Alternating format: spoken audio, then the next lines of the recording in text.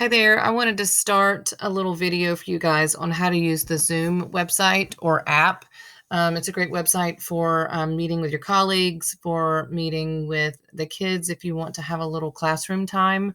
It's fairly user-friendly, and so they just need to have your meeting ID number, which is sent out in the email, and the password, which is also sent out in the email, and that way they can join up with you, and it would only be you guys in that classroom together. So if you look here, I'm on the basic my profile page. You can change this to reflect your picture. It'll be nice and snazzy if you do that. I haven't gotten around to it. All of this stuff, you can go through and check it out. It's not necessary for when you first get going. We're going to do basics here. If you have questions that go beyond what I am talking about, if you scroll all the way down in this box, live training, video tutorials, and knowledge base, that is going to help you kind of finagle your way in and figure out what you're doing here. But we are going to do a little trial run. You can schedule a meeting. It will schedule it once a week. You can have a regular classroom time with these guys if you want, or if you need to schedule a meeting with somebody on staff, that's a good place to go. Join a meeting if someone has sent you information. You can do that if you know what's going on and you have the info. You click join a meeting, or if you want to host a meeting, that's where we're going to go, and I'm going to show you the basics of how to do that. Also, if you have Google Chrome, this little blue doodad up here, you click on that, and it's basically like this host a meeting button. So I'm going to do that. It's a Chrome extension. It's really simple. We're not going to schedule. We're going to go ahead and start, and we're going to say with video on. And so you can see what it looks like when this happens. So here, this is your video preview. You get to see yourself before it goes live, before you know it. So if you need to clean anything up, clean yourself up, whatever you got to do, you can join with video or without video. We're going to click with. Once this happens, I'm going to shut down the mute. So it's good. It's muted already. Okay, so this is what it looks like. This is what it's going to look like to them. So you're going to be bigger than everybody else. When people join in, they'll be up here in this part, unless you hit gallery, and then you're all going to be kind of together in a line. So you can see everybody together. You can stop your video if you need to. You can invite people this way by Gmail or copying the URL. It has your meeting here. It has your password here. Whatever you got to do if you need to add somebody after you've done it, that's a good way to do it.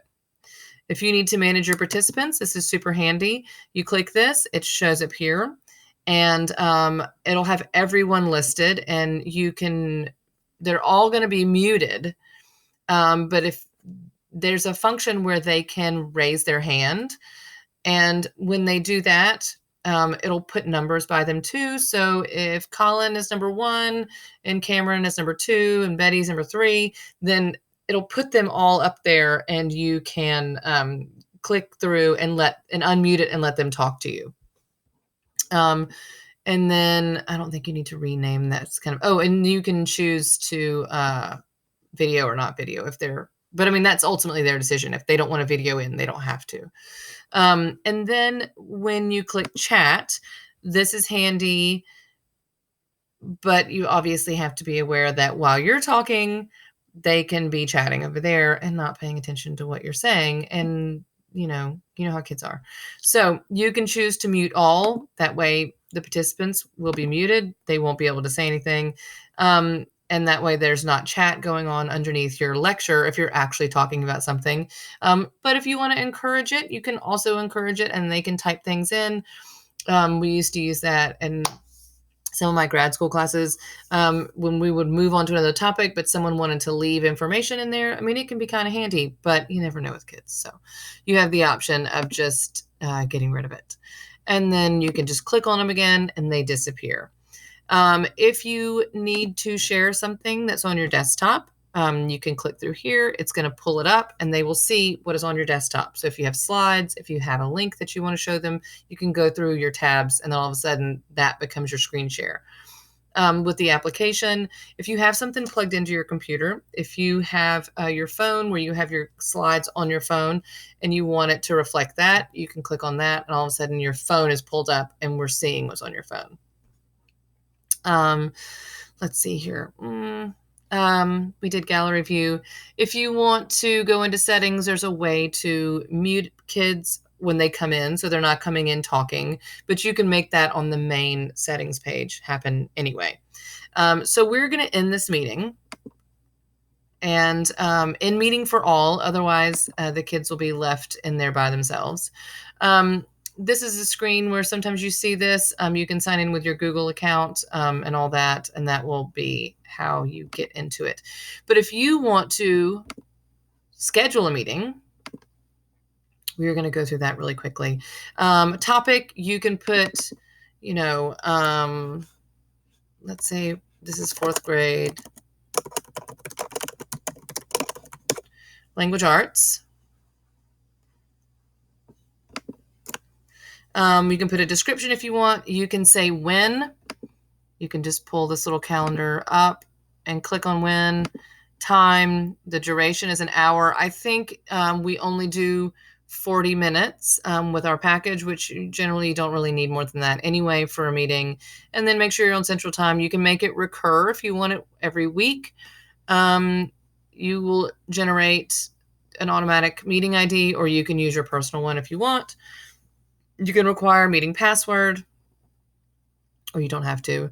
And you can put video for the host, video for the participant on or off, audio both. And then if you want to mute the participants upon entry, so that way they're not coming in all loud and crazy, just like making them wait. That is another way of doing that. And you can even give them a waiting room where they can be before the meeting starts.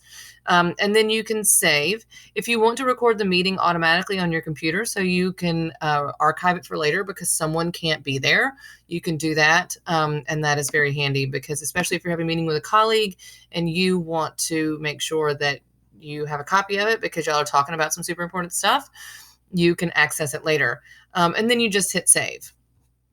So I think that is basic information to get started on this. If you need to go deeper, I think there's ways of changing backgrounds. There's ways of doing all sorts of things.